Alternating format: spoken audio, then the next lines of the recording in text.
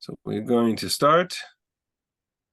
Welcome back. And to all of you who are in Israel, continued tefillot for you, that everything should be safe and well, and your family should be well, and our chayalim should all be well.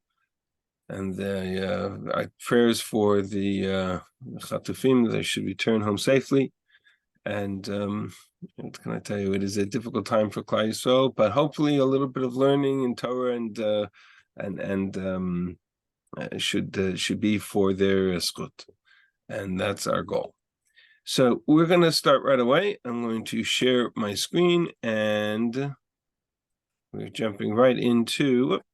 There we're starting here. KOHELET, Perek Gimel. This is what we're up to, and what I want to do today is a little bit of a. We're going to finish the parak B'ezrat Hashem today, but hopefully time permitting, and if we put everything together, my goal is to take us on a little bit of a journey into a very important concept that is sort of, this chapter touches the nerve of one of the most profound issues and struggles and challenges we have in study of Tanakh in general and Jewish thought in particular, which is about reward and punishment. And so what I'm going to do is kind of segue a little bit from here into that arena as well. Well, where we left off was this pasuk in Aleph, that God, the conclusion of the song of L'kol Zman ve'et l'chol chefetz tachat hashamayim, everything has a season, everything has a time. This we presented as the philosophy of the nehenatan, or the neheneh, the hedonist, or the one who is really, the hedonist is too critical a term for him at this stage.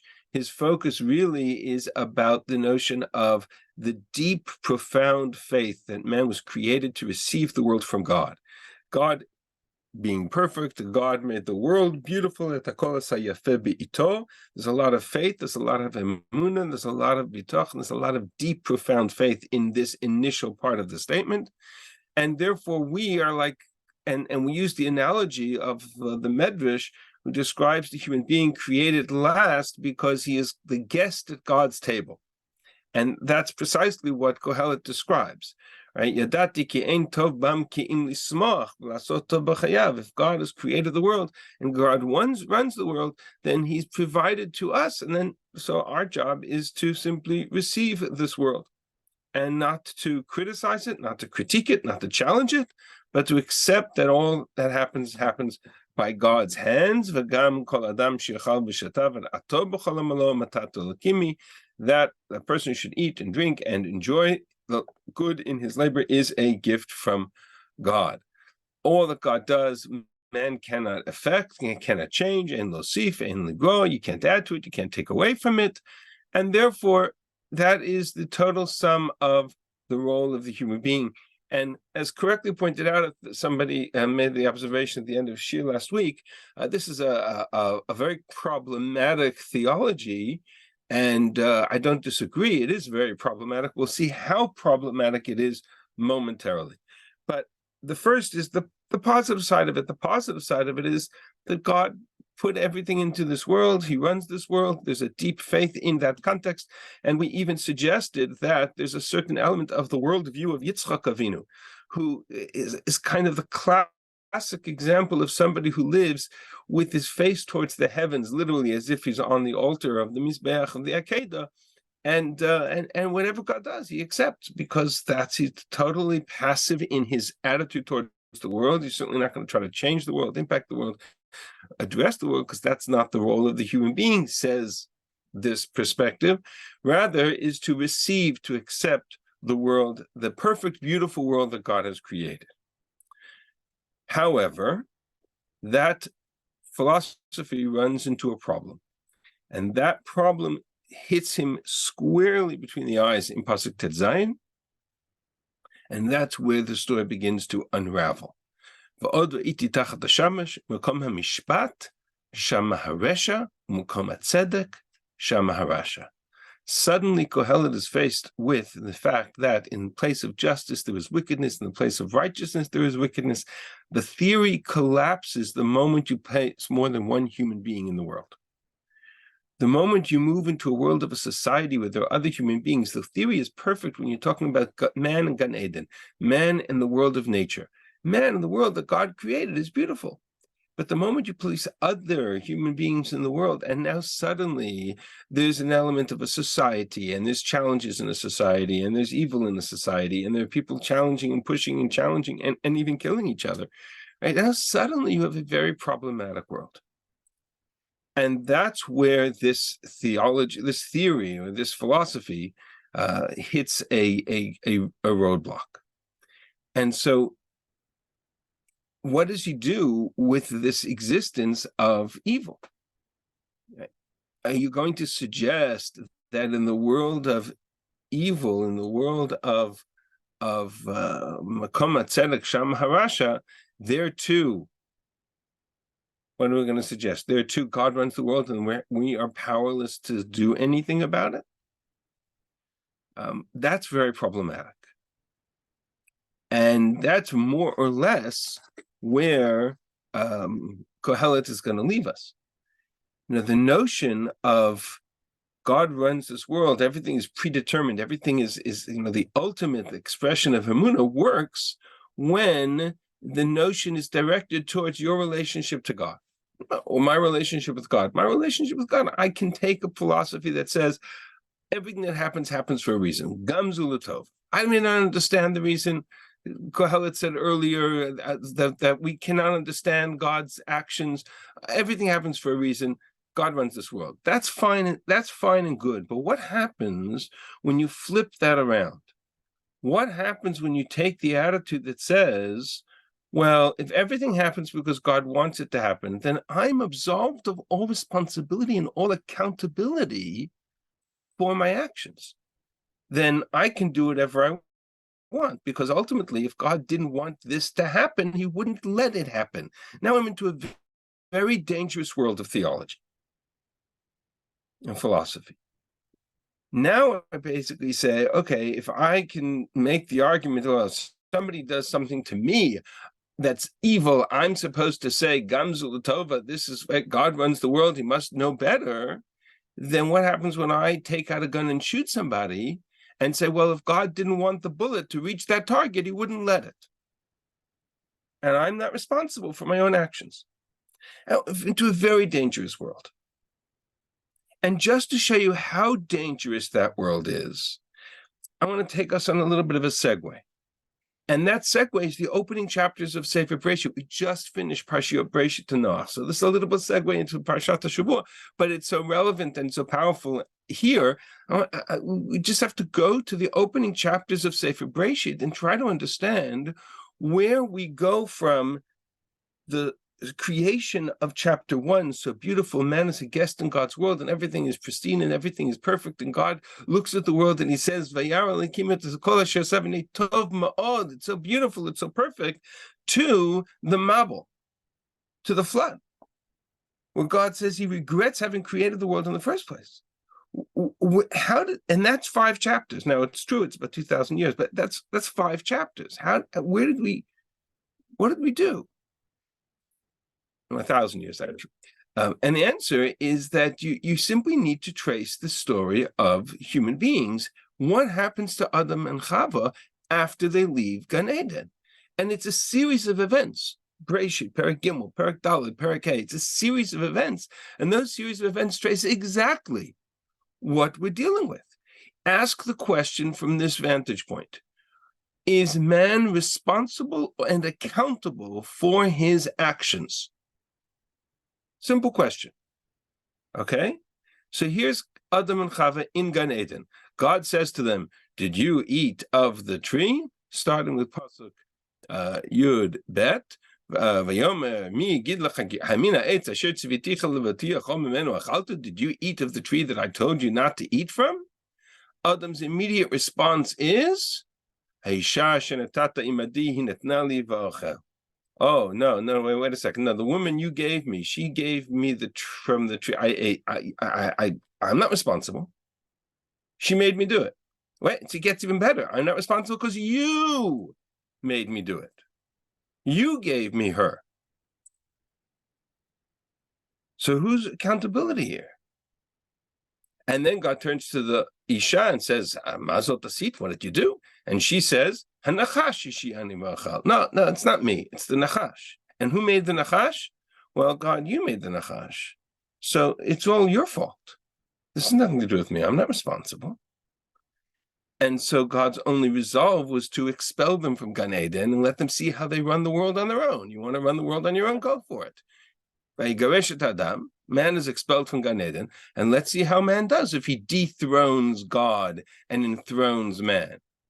Well, the next story in line is Perek Daled, is the birth of Cain and Hevel. And it doesn't take long before Cain commits the first murder in human history. And the murder itself is not so much the astounding part of the story here, as much as Cain's sense of responsibility. Where's your brother Hevel? To which Cain says, wait a second, am I responsible for my brother? And there's a trajectory that absolves a human being of all accountability, because ultimately, God made the world, put me in this world, I'm in charge of this world, God's in charge of the other world, I'm in charge here. I can do what I want. And it doesn't take long before we go from Cain to, a couple of verses later, same chapter, to a very odd story, which I admit there was multiple interpretations to, but if I follow this line of thinking, I get to Lemech. Now don't get confused, there are two Lemechs. There's the Lemech who's the descendant of Cain, and there's the Lemech who's the father of Noach. They're from two different lines. Father of Noach is from the line of Enosh or Shet. Lemech here is from the line of Cain. He has two wives and he has four children. They are named Yaval and Yuval and Tuval Cain. You can already see the names repeating, sort of a kind of a way of preserving the memory of Hevel. And then he turns to his wives, and then each of his children have a different profession. One is a musician, and one forges instruments of copper and iron. And Lemech turns to his wives in boast and says, Ki ish haragti lefitzi v'yeled lechaburati. Now there's a whole discussion of what this phrase means. I've killed a man for my bruise and a child for my wound. Whole discussion as to what this means. But the interpretation that I want to share with you, which I think fits the pshat, is that Lemech, whose son is making tools of iron and copper, and whose other son is making music instruments, etc., is singing a song. And in the song, he's boasting that he's killed a man and he's killed a child, meaning he's killed an entire family. For what reason? Because he can. Because Shivatai, right? Cain was avenged sevenfold and Lemech 77. There's no accountability. And if there's no accountability, man is free to do what he wants, where he wants, to whom he wants, and evil reigns supreme. And if I go one step further into chapter 6, the next, right, with this chapter 5 is a little bit of a Breshit as a side kind of open parentheses, the story of Enosh and Shet, and a different lineage, the birth of Noach. But we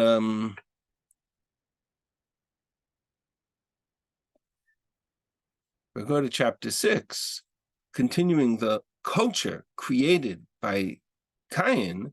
When man began to multiply and had daughters, then Bnei Ha'elohim. Bnei Elohim is an interesting term. Probably in this context means people of power. El means people of power or stature, as most of the Mepharshim explain it. When the men of power started to see the daughters of man as beautiful, and they took them for themselves as wives, whomever they chose.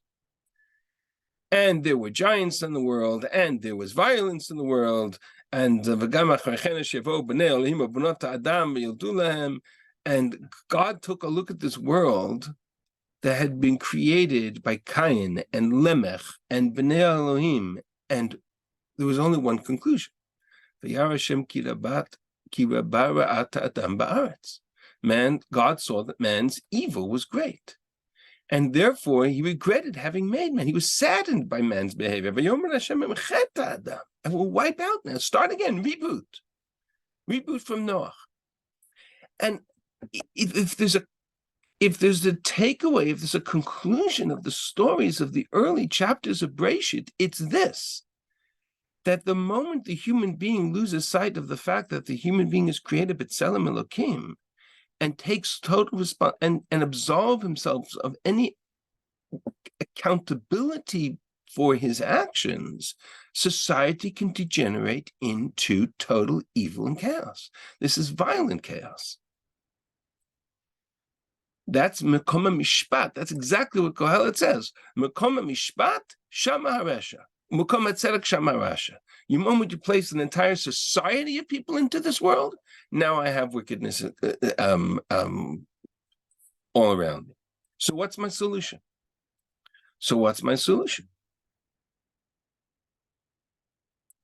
In the context of Breshit, let's just finish the thought in the Torah for a minute before we get to Kohelet's perverted conclusion, and I say that intentionally. In Breshit, there's a very clear conclusion from all of this. After the flood, after the reboot, God presents the human being with the consequences of God's creation. Meaning, if I take a look at creation at the beginning, chapter 1, it's one message. And that message is the human being was created in B'Tselem Elokim, in the image of godliness. That there's an element of the divine inside the human being.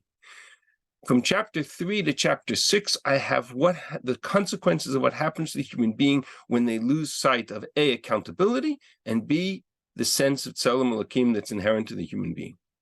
So God reboots civilization, and we have several chapters about the flood. I'm not going to go through them. And we get to Noah after the flood, comes out of the Teva, and God instructs him. And the instruction here is very profound. It's the second time we have reference directly to the notion of B'Tselem Elokim Asad Adam. God made man and human with the image of God, or in the spirit of godliness. But it comes with a consequence. It comes with a responsibility. Shofech dam ha'adam, ba'adam damo yishofech. If man spills the blood of man, by man shall his blood be spilled. Human beings are responsible for the world. We are accountable for the world we create. And if there's evil in this world, we have to take responsibility for it. And we have to do something about it. And we have to hold the perpetrator accountable, because the human being is created B'Tselem Elokim. That's the story in Breshit. And I can't, the story of the flood and the early chapters of Breshit come up, right? This is the one of the most significant takeaways of the whole experience and the prelude to Avraham Avinu. The notion that we have responsibility for this world, but Kohelet has to get there. It'll take him 12 chapters to reach that conclusion. Right now, his conclusion is in the context of the worldview of the Nehenatan, who says, I am here as God's guest, and as God's guest, I am not in a position to do or to change. I'm only in a position to receive, as Yitzchak on the Akedah, whatever God does is for the best. So what do I do when there's Rishaim in the world? What do I do when there's wickedness in the world? What would Yitzchak do?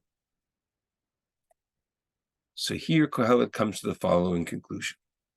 Amarti ani b'libi, et hatzadik v'et harasha yishpot Elokim. Exactly right. If God runs the world, then as far as the wicked is concerned, and as far as the righteous is concerned, so God will judge.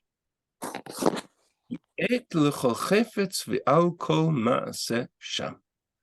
there is a time and purpose for everything under the sun, for everything there, I should say, which is an exact rephrasing of the phrase with which the chapter began.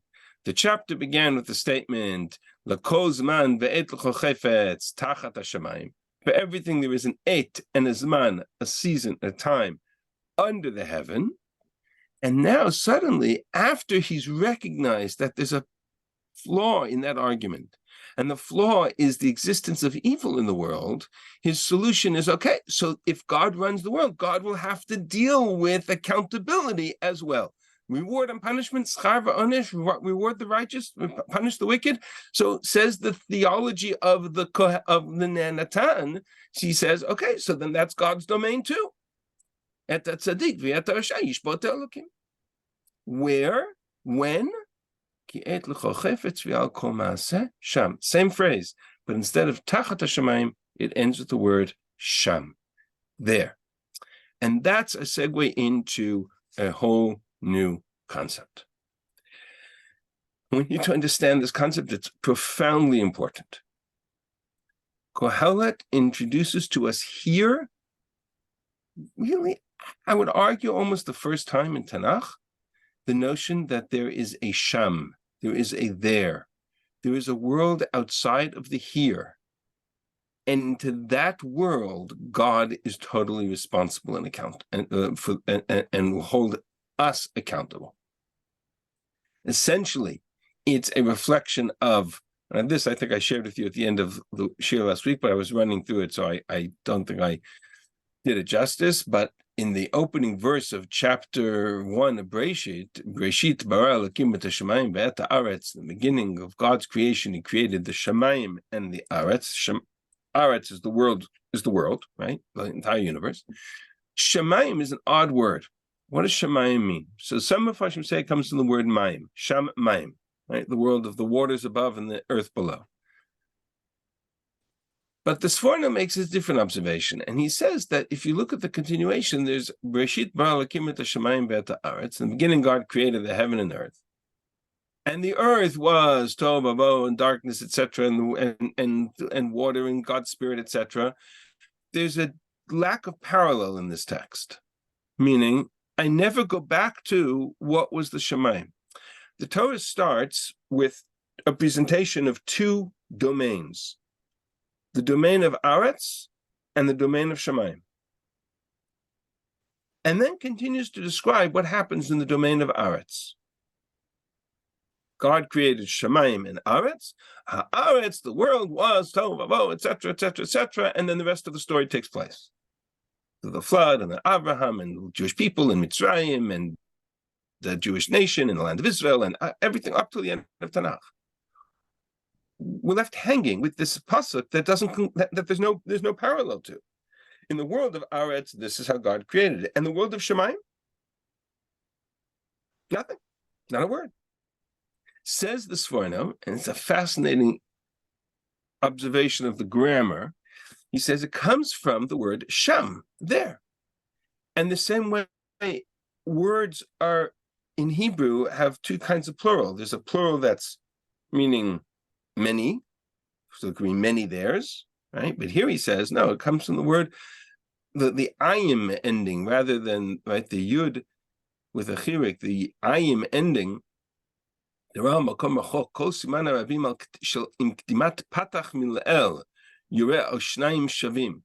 have pairs, yadayim, aglayim, 2 hands, 2 feet, 2 legs, 2 hands, 2 eyes, 2 nose, right?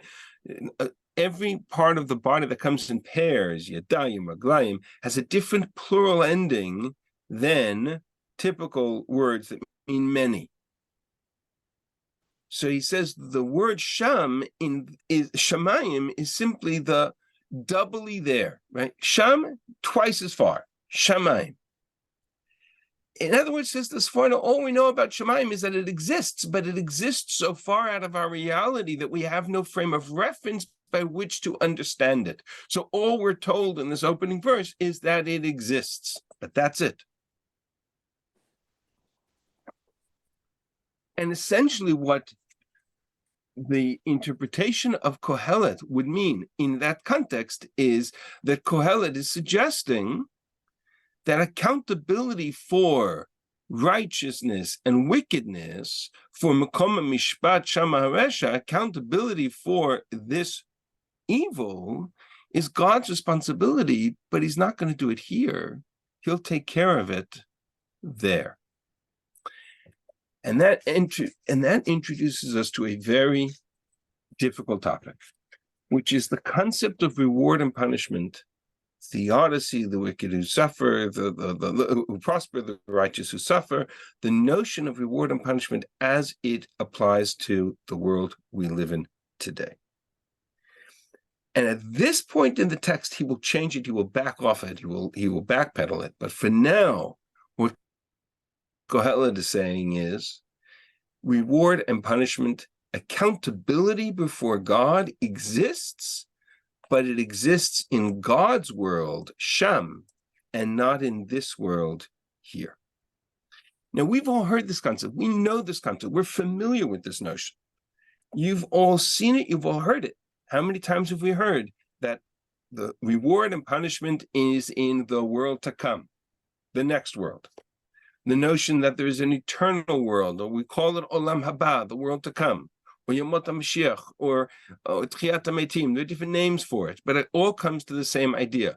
There is a notion that there is some kind of, referred to in English as an afterlife, right? The soul, the spirit, the Tzelem Elokim is eternal. When it leaves this world, it goes to the next.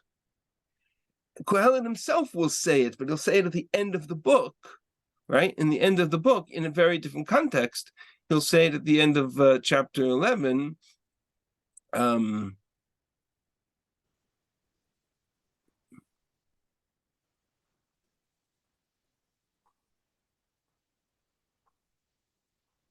Actually, in chapter 12,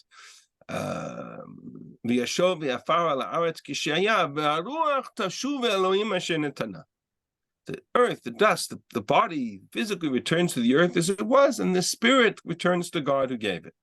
So Kohelet himself will say that spirit, when it comes into the world of the next world, Sham, God will take care of the tzaddik and the rasha, and there'll be full accountability. As Chazal say, schar mitzvah b'hayam aleika, reward for our deeds is not in this world, it is in the next. And there is great truth to that and great comfort in that. There's also a great danger in that. And I want to take us a step back, and some of what I share with you today may sound somewhat, the risk of sounding heretical, but I think it's important to understand the difference between reward and punishment as presented in Tanakh and reward and punishment as it is presented in rabbinic literature. And they're different. There is no, outside of this verse, there is no reference to the concept of reward and punishment in the next world anywhere in the written text of Tanakh. I want to say that again. Outside of this verse and the few verses in Kohelet that struggle with it and challenge it, in Tanakh, all references to reward and punishment are earthly, not spiritual, not in the next world, they're in this world. How does the Torah present the notion of if you keep the mitzvot and you're righteous and you're good, and God will reward you for all your good that you do? There'll be rain, there'll be produce, you'll be safe and secure in your land, everything will be happy, the land will be quiet for a period of time, right? That's exactly what we say. We say it every single day when we say Shema. Right? We say it in Devarim Parak Aleph. When we say Shema, if you observe my commandments, and if you do what I'm asking, and if you are good and righteous and kind, and all of the values of Jewish life, right, and serve God with all your heart and soul, then what will it be? I will give you rain, and I will give you produce. You will gather your grain, and you will have new wine, and you'll have oil, and you'll have wealth, and you will have security, and you will dwell in your land. But be careful if you don't observe the commandments, if you anger God, and you worship idols, then God will stop the rain, and you won't have produce, and you won't have success, and the markets will crash, and it'll get worse, and you'll be exiled from the land.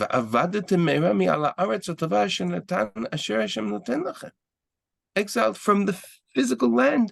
This is the destiny of the Jewish people. Look at all the Tochacha, look at every reference to the reward and punishment, the blessings and curses in the Torah. It's always about whether you stay in your land or you're exiled from your land.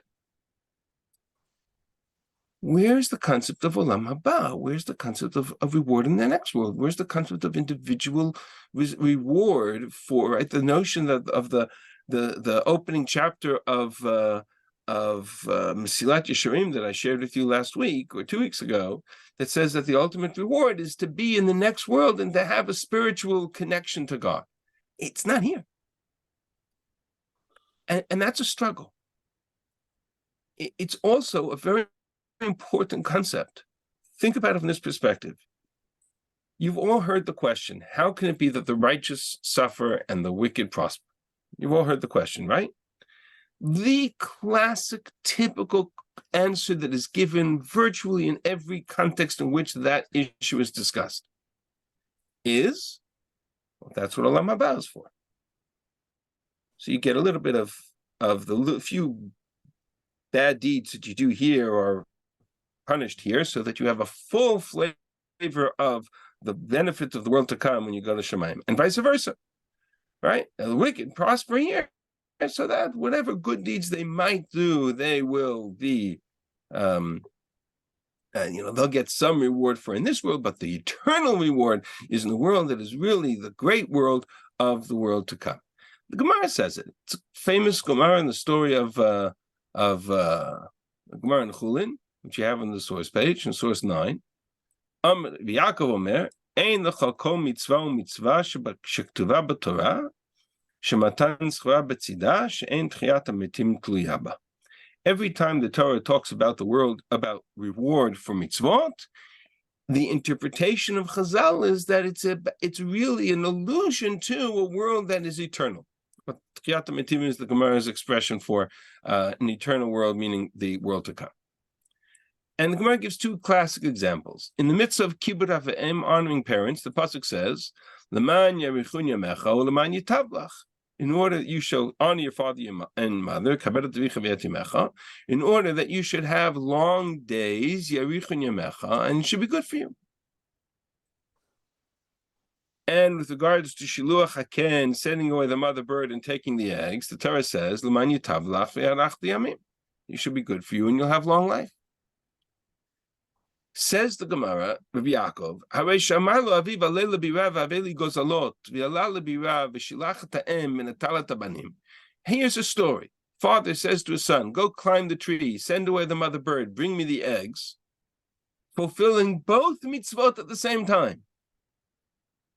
Ubachazirato nafal v'met, and as he came down the tree, he fell and died. Where is the long life and where is the good life? Tovat yamav, arichut yamav. Says the Gemara, Leman yitavlach, that it should be good for you, l'olam shekula tov, in a world that is eternally good. And Leman yarichun yamecha, that it should be eternal, and you should have long life in a world that is eternally long, l'olam shekula aroch. And so it's an allusion midrashically to the world to come, not this world. The pshat is this world. Remember, the pshat of that pasuk is you should have long life on the land which I have promised to your forefathers. This is a drash, but that, says the Gemara, is the deeper meaning of these texts. Says Rav Yosef, Ilmalei darshe acher lahai kroket Rabbi Yaakov barbarte lechota ki hagav neschaza. Says Rav Yosef, remember the story of Acher Elisha ben Avuya? He was a great scholar. He was a Talmud of the great scholar Reb Meir, and he became a heretic. And the reason he became a heretic is because he saw just this story happen, and he said, oh, there can't be reward for mitzvot, the Torah must be lying. Had he realized that the Torah was referring to or that the drash of it was that it was referring to life in the next world, he would have understood the context. In other words, the Gemara is taking the classic examples of you shall have long life on the land which I will give you, and turn it into a notion of long life in the world to come. The Torah speaks of physical reward in this world. Chazal speak of spiritual reward in the world to come.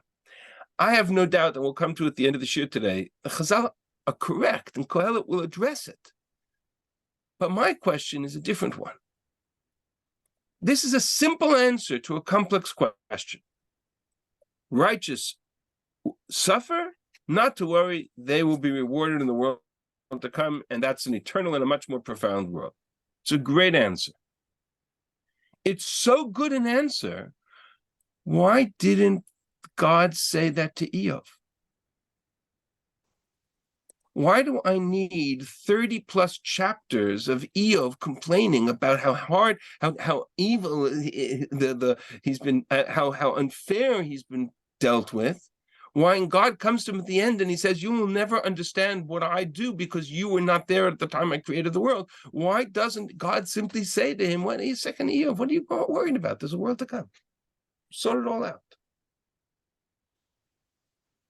Or even better, Yirmiyahu, you bet. This is one of the great Nevi'im of our people. Yirmiyahu. You can't get better than Yirmiyahu.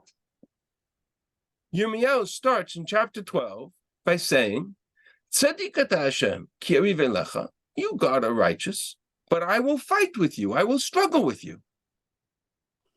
Ach mishpatim adaber otach. I have a matter to discuss with you, a matter of justice. Why does the way of the wicked prosper? Why are there those who deal treacherously at ease? You've planted them, they've taken root. They grow, they bring forth fruit, these evil people who do evil things. It seems that you are closer to their mouth than to ours, but you're far from their heart. But you, God, you know me. Tir'eni, see me. You've tested my heart.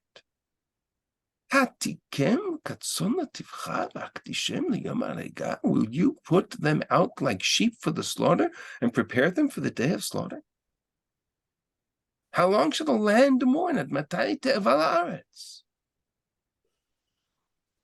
Says Yirmiyahu to God, I don't understand you. You talking about the Jewish people, the Jewish people who are righteous and are suffering terribly, and the wicked, the nations of Babel and Ashur and all the nations who are oppressing us and over, right? They're successful. What are you doing to the world? Yirmiyahu is harsh. You know who's even harsher? Another Navi in Tanakh by the name of Habakkuk. Habakkuk looked at the same phenomenon. And he said, God, Ad Anna Hashem Shivati Velot Tishma. How long will I cry out to you and you will not hear, you will not listen? I cry out to you, there's violence in this world, and you don't save us. Why do you show me iniquity and look at mischief and tolerate it? Destruction and violence before me. Strife, contention. And you know what? Habakkuk says to God, that's exactly why the law is paralyzed. And justice doesn't go forth. For the wicked surround the righteous. Therefore justice goes perverted. Look at the nations, and wonder, and be shocked. Right? I'm working on your, and the rest of the paragraph I'm going to leave for now. You understand the context here. And you know who was the harshest critique of God's supposed lack of judgment in this world? God, Abraham. When Abraham is praying for storm, and he says to God, you're going to destroy some, maybe they're righteous people there. How could you destroy the righteous? God, don't ask justly. Why doesn't God simply say to Yirmiyahu and to Habakkuk, or to Abraham, or to Eov, what are you complaining about? There's a world to come. It'll all get sorted out. What's bothering you? No.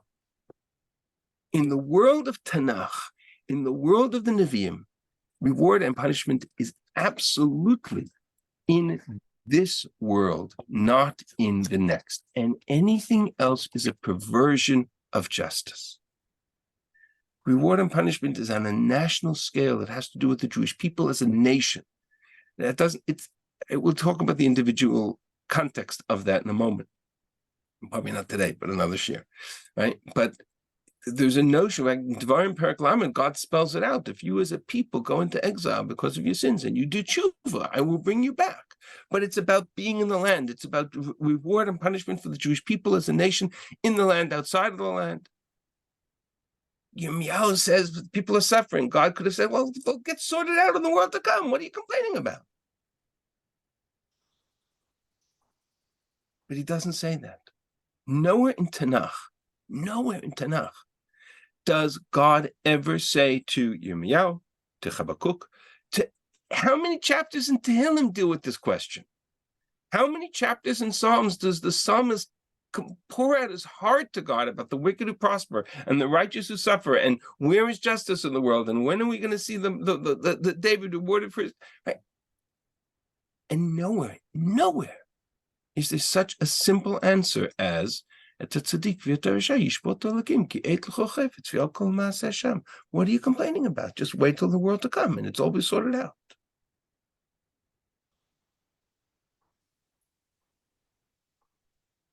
You understand the problem? This is one of the most vexing, challenging issues in Tanakh, because it almost seems like, and I'm going to walk this back in a second, but it almost seems like there is no world to come, and Chazal made it up because they needed something. Now, that's clearly not my answer to this question, because I don't think Chazal made anything up. But there's a reason why Tanakh does not address reward and punishment in the world to come. And only Kohelet touches upon it. And only Chazal get to it, and we'll talk about Chazal in a moment. But there's a reason for it. And we touched upon it a little bit in our discussion of Daniel. In Daniel, we talked about the reference to Tchiyat HaMetim. Daniel is the only sefer that talks about the resurrection of the dead. So I asked the question, why is that not part of the theme of Chumash, or theme of Torah, and suggested, and this I heard from Rav Meidan once, that the reason is because the Torah doesn't want us to glorify death. And if a profound part of the Torah deals with the eternity of the soul and the resurrection of the dead and Olam Haba, I end up with a theological worldview in which the centerpiece is not this world, but the next. And that the Torah didn't want. The Torah wanted us to take responsibility for this world, to turn this world back into Gan Eden, and not the other way around. Torah placed the human being in Gan Eden for a reason. In the worldview of the Torah, the greatest reward we have is the presence of the Shekhinah in this world, not the presence of the soul in the next. I want to say that again. In the worldview of the Torah, from creation to the destruction of the Beit HaMikdash, we talked about the connection between the Mikdash and Gan Eden. Gan Eden is the place where you feel the Shekhinah. Beit HaMikdash is a place where the Shekhinah exists. In the worldview of Tanakh, the purpose was to create a place for godliness to enter into our world, not for us to take our godliness and send it into the next. This is the arena in which we need to bring the Jewish people, the people of the Beit HaMikdash, the presence of God, the Shekhinah, the Gan Eden, all of the concepts that are Tanakh-based concepts. This is what the Tanakh was focused on. How to feel the Shekhinah here. The greatest threat that the Torah can present to a people who worship, if they worship idols and they went astray, the greatest threat was to say, okay, I'll take the Mikdash away from you. I will, right? And that's exactly what God says to Shlomo when he says to him, if you follow my ways, great. And if not, you have it in after he builds the Beit HaMikdash, God says to him in Melachim Aleph, Perek Tet, If you will follow my ways, great, then you will sit on the throne of Israel. And if not, if you will turn away from me, then I will exile you from the land, and this house, I will destroy. This house will be a destruction, will be a chorev, will be an high. Which the greatest threat is to take Gan Eden away again. But it all centers around this world and about feeling and about seeing Gan Eden, about building the paradise of which God's presence can live with us, not the other way around.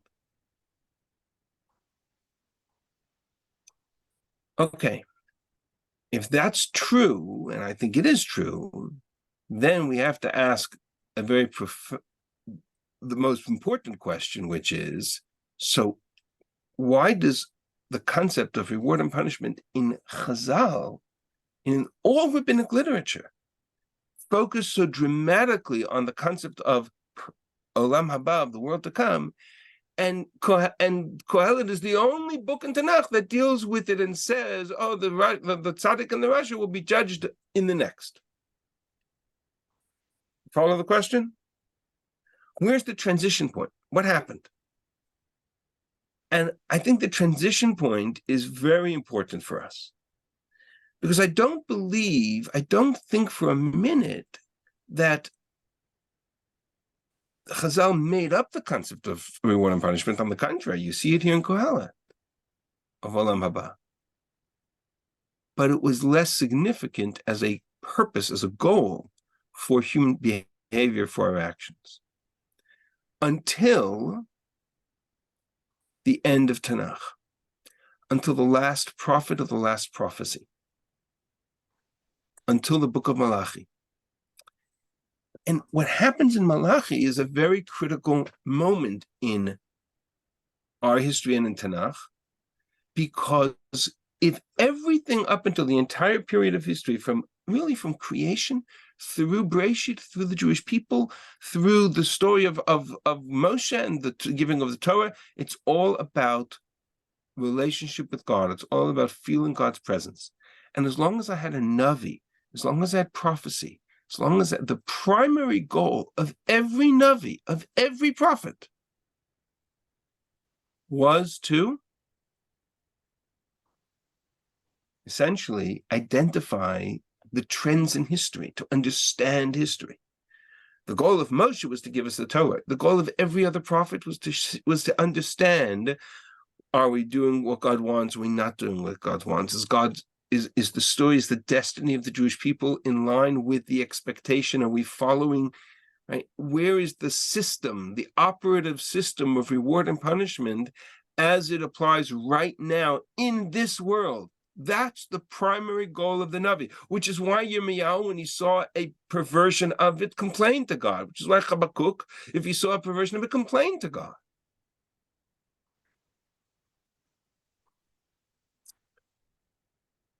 But then we come to Malachi. Now, Malachi is the last prophet at the beginning of the Second Temple period. And Malachi closes the book on the ability of prophets to communicate with God.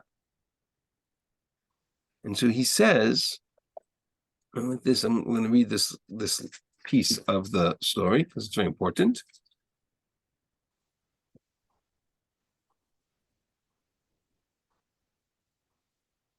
Starting with Pasuk Gimel. So this is the last chapter. Remember, there are only 3 chapters in Malachi. Malachi here, all your list of all your Nevi'im, Yeshua, etc. Chatzvanya, Chagai, Zechariah, Malachi, Second Temple period. Malachi is the last of the 3 and up to chapter 3. So we're at the very end, the very last parak of the last prophet of Israel. And he says to them, Chazku alai divrechem, your words have been strong against me. What have you said? You've said, Amartem, Shav Avod Elohim.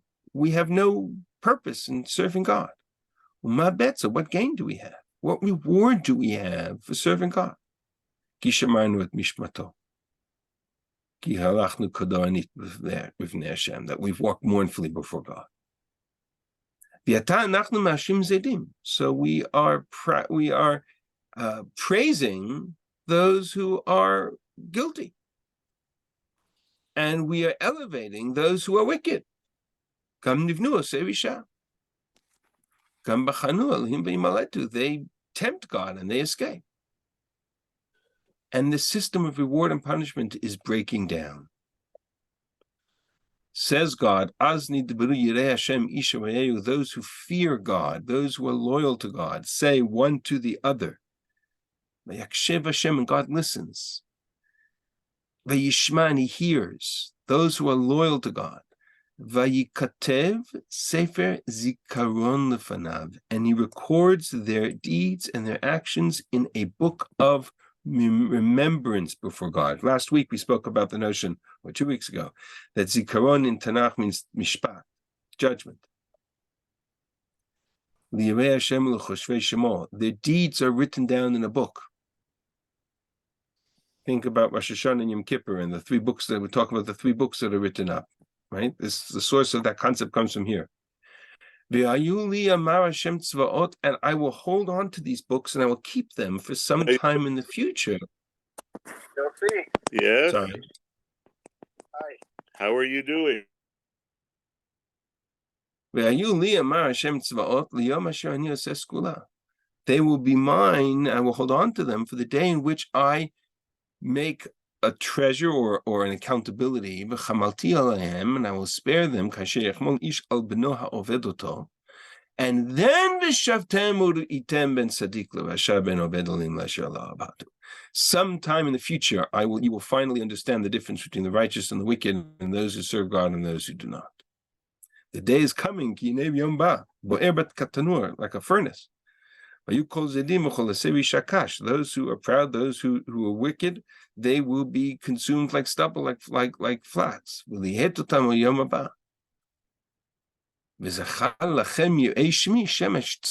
for you who fear my name, the sun will shine. That is coming. That day will be. But it's not necessarily today, because there's a profound change in the world.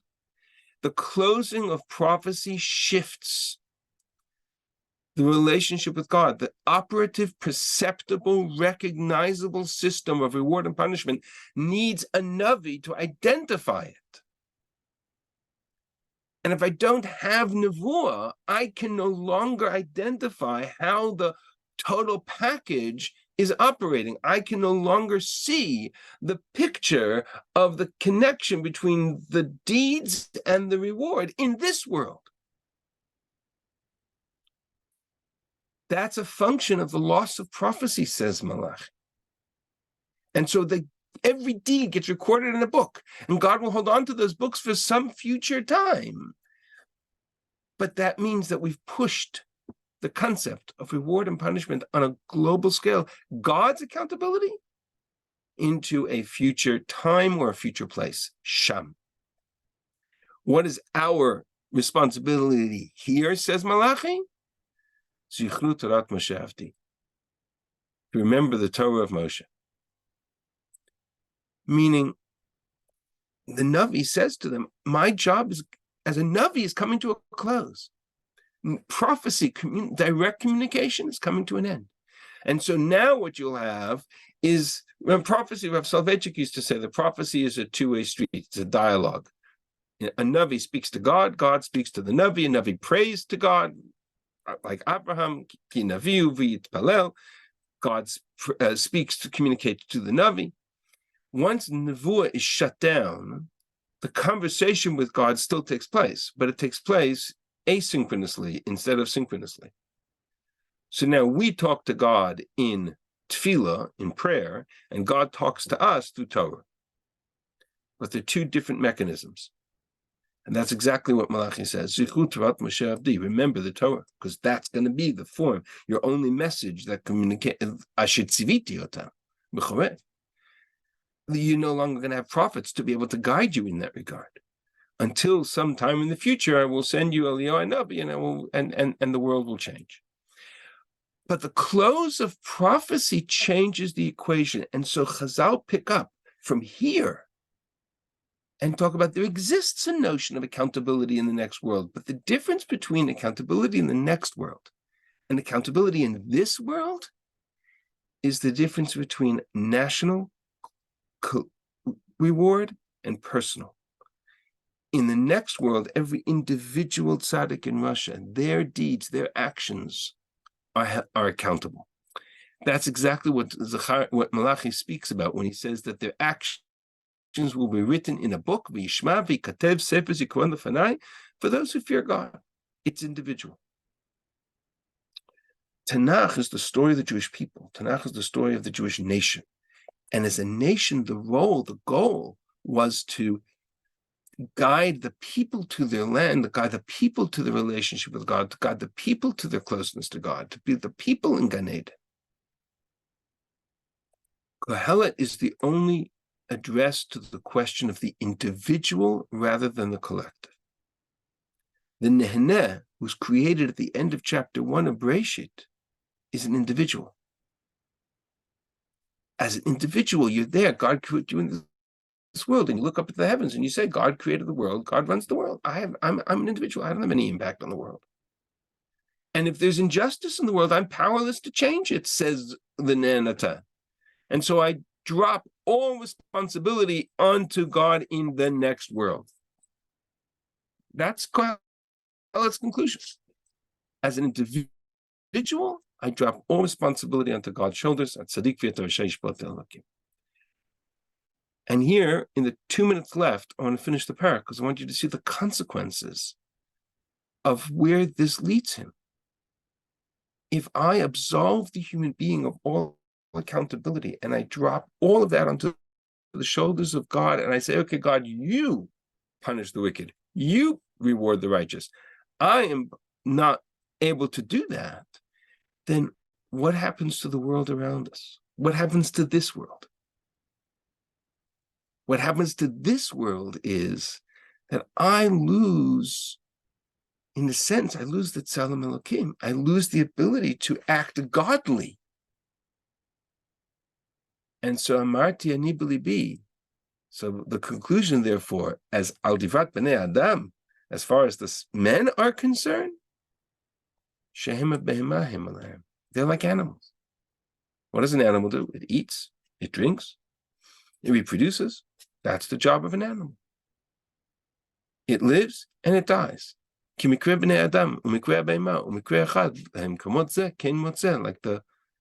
as one dies, the other dies.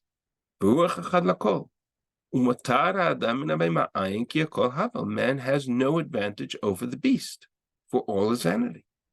We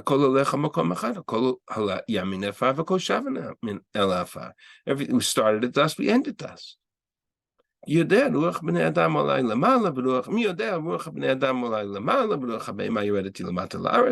The spirit of man, whether it goes up, the spirit of the animal goes down. And therefore, man's goal, man's life, is to enjoy the ride. Because what's past the moment of death, man cannot see. And there's nothing more pessimistic, more negative than Kohelet's conclusion at the end of this chapter. He's essentially saying, at the end of this chapter, I absolve the human being for any accountability, because the Natan's philosophy is built upon the notion that I can't make a difference in the world. I'm here to receive, not to change. I'm here to receive what God gives me, not to make an impact in the world around me. That's the job of the Amal, right? That's not me. My job is to receive the Natan. If that's the case, the moment I see a world of wickedness, then what do? I can either change the world, but then I have to change my stripes, and I have to become the Amal. Or I can turn around and say, okay, God, you're in charge. You know best. And such a world, in a certain sense, loses its purpose. And that's precisely what is going to be the next sentence, the beginning of Perek Daled, that if that's the conclusion, such a world should not exist. In such a world, I'd rather not be born. Tov mishnemet asher den lo haya. Better not to have been born in the first place than to see evil and not be able to do anything about it. And that will get to Bezrat Hashem next week. So just to pull it all together, and it was a bit of a heavy shear, I know, but I this is one of the most important topics in kind of side part, underpinning topics of all of Tanakh. Tanakh as a sefer, as a book, as a theme, as a message, speaks to the Jewish nation as a people. And to the Jewish nation as a people, everything about our relationship with God is this world based, not next.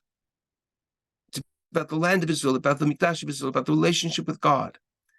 The moment I pull the sense of responsibility out of this world, I can't change it, I can't do anything about it, then I'm left with, okay, so God will reward the righteous and punish the wicked in the next world.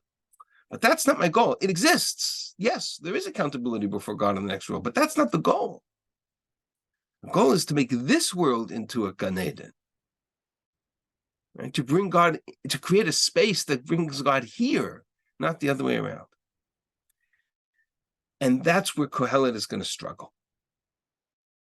So Kohelet will take us down a path of trying to understand the world of the individual relationship with God rather than the collective or the national. And he's going to therefore struggle with exactly this issue. And with that, I will stop and my monologue and open up to questions. I threw out a lot of information today, and my suggest today was a very complex theological and Tanakh story. It'll be recorded. It'll be on the website. If you want to review it, then you'll have the opportunity. But give it some thought. But I'm certainly happy to take questions if you have questions at this time. Rabbi, how Yeah. do you find a connection that what did Eob come up with in the end? He didn't get the answer either. No, not at all. Now, Eob is Eob's a complicated story because Eob, there's a whole question to when Eob lived, if Eob lived, if that's Eob is a complicated story, but Eob is also not necessarily even Jewish. There's a whole theory in Chazal, and I think it bears out of the text, that the story of Eob predates the story of the Torah. Eob's answer, the answer to Eob is that there is no answer to Eob. And God says to Eob, right, what does God say to Eob at the end? God says, where were you when I created the world? If you think you can do a better job, go for it. That's not an answer. But again, if you accept the notion that there is a world to come, which we do, then the individual it'll all get sorted out, but it doesn't absolve. But the question is, does that absolve me of accountability and responsibility for this world? That's the critical question. If I take the notion of Olam Haba, and I see that as the end-all and be-all of my entire religious experience, then it can lead me to a very dangerous place. that is And what I wanted that's to why say. It's a dangerous theology. It's a very dangerous theology. If that's the totality of our accountability, it's a very dangerous place, because who knows what's there? Who knows what's right, what's wrong? The Torah And that is doesn't why go there. The Torah doesn't go there. Tanakh is very clear. Righteousness, wickedness, good and evil is defined by God's criteria of how to live in this world, not how to live in the next. And Kohelet will take an entire book to get to that conclusion. But that's where it's going to lead us. We're still left with the question on a national level of Schar Vonesh. I hate to bring up because we don't have enough. To bring Correct. up what's going on right now and what's happening, whatever. Correct. And that's exactly what happens. That's exactly what happens when the power of Nevuah, when the book of Nevuah is closed. We no longer have any way of seeing an operative system that we can point to, or the Navi can point to and say, this is a cheshbon of multiple generations, this is happening because of that, this is happening because of that. That was the role of the Navi. When we lost Nevuah, we lost our ability to recognize that. And that's also important to recognize, because I know how many times have we cringed at circumstances where somebody comes up and says, oh, event A, B, and C happened because of this, that, or the other, right? It's called blaming the victim. And we cringe about it because we don't have Nevuah. In the world of the Nevi'im, that was exactly the role of the Navi. But we don't have it anymore. That book was closed. And so that's exactly, if you read that chapter of Malachi, chapter 3, it's an amazing story. He basically says that he predicts exactly where we are today. When he says that there will be those who will say there's no point, there's no system of reward and punishment, there's no point in belief. And there are those who will be loyal to God and say, you know what? I don't understand it, but there's a God and he runs this world, and we have to do the best we can with it. Right. And he says, because that's where you close the book on Nevuah, it all gets recorded for some future time, but we don't have the language or the tools to be able to decipher it. All we can do is what God wants us to do right now. I have a Torah, Zichu Torah Moshe Avdi, I have laws, I have mitzvot, I have values, I live by them, and that's what we have to do. And that's the conclusion. As I said, I teach a class on Mondays as well, and they were talking about the civil war between David and Avshalom, and I said at that time, and I will say the same thing here. The subject matter here is unfortunately, because of timing, too close for comfort to the reality of the world right now. If I had the choice to redo it, I'd pick several other books of Tanakh to study right now. And this is not one I would have chosen to study in the middle of what's going on. But that's where we are at. So we will have to kind of navigate ourselves to the end of Kohelet, hopefully to reach a point where we see his total picture, and then to the world of David. There's a lot in front. But I think it's important to recognize what he's saying, and what Tanakh is saying. I think there's value to recognize that ultimately we have questions, and that's okay. But what we don't have, and what I would avoid, are simplistic answers. Anyway, well, that is a lot to think about and unpack. So it's recorded, and if you want to kind of replay it, there are pieces there that need to kind of just be processed, and you have it. And I appreciate you listening.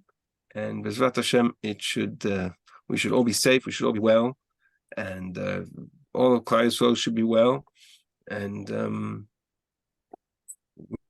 we will get through it. We will to the light at the end of the tunnel. All right. Be well, everybody. Thank you, Thank you very Rabbi. much, Rabbi Shulman. Thank you.